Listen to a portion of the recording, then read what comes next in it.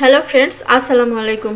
আমার চ্যানেলে নতুন একটি রেসিপি দেখার আমন্ত্রণ জানিয়ে শুরু করছি আজকের রেসিপি। যেহেতু এখন তালের সিজন চলছে, তাই চলে এসেছি তালের একটা রেসিপি নিয়ে। আজকে আমি তালের পুরি তৈরি করে দেখাবো। তার জন্য নিয়ে নিলাম 1 কাপ পরিমাণে ময়দা, আর নিয়ে নিচ্ছি হাফ কাপের থেকে একটু বেশি তালের পাল্প।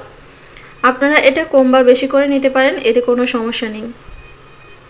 আর এখানে দিয়ে দিচ্ছি পরিমাণ মতো লবণ, 1.5 টেবিল চামচ পরিমাণে দিয়ে দিচ্ছি তেল, আর দিয়ে দিচ্ছি 1 টেবিল চামচ পরিমাণে চিনি।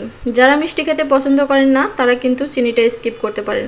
আপনাদের তালের ঘনত্ব বুঝে একটু তাল বা ময়দা লাগতে পারে, সেক্ষেত্রে আপনারা পরে অ্যাড করে নেবেন। তো আমার একদম ঠিকঠাক হয়েছিল, আমার পানি বা তাল কিছুই লাগেনি।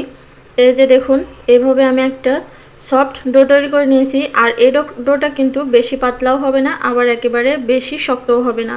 এইভাবে করে আমি ঢাকনা দিয়ে ঢেকে রেখে দিচ্ছি 15 মিনিটের জন্য।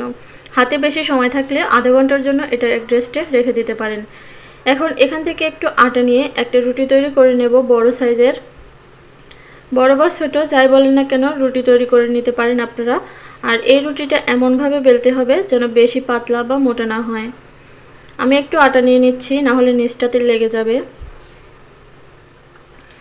তালের সিজন থাকতে থাকতে আপনারা কিন্তু এই রেসিপিটা একবার হলেও ট্রাই করতে পারেন, খুবই ভালো লাগে। আর বাচ্চাদের তো ভীষণই প্রিয়। যদি ভালো লাগে অবশ্যই লাইক, কমেন্ট এবং শেয়ার করে দেবেন। আর আমার চ্যানেলটাকে সাবস্ক্রাইব করে পাশে থাকা বেল বাটনটা অন করে দেবেন। তো এখন এভাবে একটা গ্লাসের সাহায্যে লুচিগুলো কেটে নিচ্ছি। আপনারা যদি চান তাহলে কুকি কাটার দিয়েও কেটে নিতে পারেন, বা একটা ছুরির সাহায্যে চারকোনা করেও কেটে নিতে পারেন, সেটা আপনাদের ইচ্ছা মতো শেপ দিয়ে নেবেন।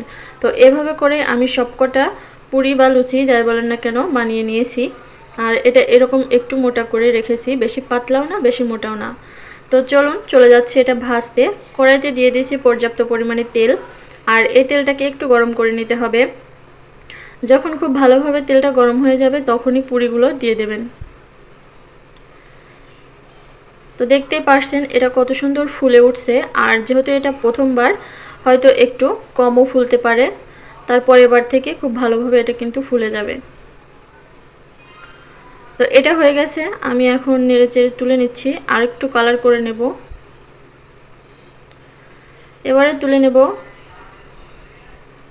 আমি আরও একবার ভেজে দেখিয়ে দিচ্ছি আপনাদের এটা কতটা পারফেক্ট হয়।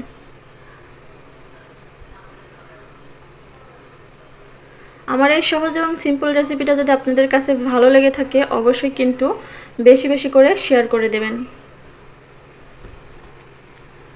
আর যদি এই ভিডিওটা ফেসবুক পেজ থেকে দেখে থাকেন তাহলে পেজটাকে ফলো দিয়ে রাখবেন, তাহলে এরকম নিত্য নতুন সহজ কোনো ভিডিও আপলোড করলে নোটিফিকেশন আপনাদের কাছে পৌঁছে যাবে। তো দেখতেই পেলেন লুচিগুলো কিন্তু 100% ফুলে গেছে। তো এভাবে করেই সবগুলো লুচি আমি বানিয়ে নিয়েছি। আর এটা কতটা পারফেক্ট হয়েছে সেটা তো আপনারা দেখে নিশ্চয়ই বুঝতে পারছেন, তবুও আমি একটু ছিঁড়ে দেখিয়ে দিচ্ছি।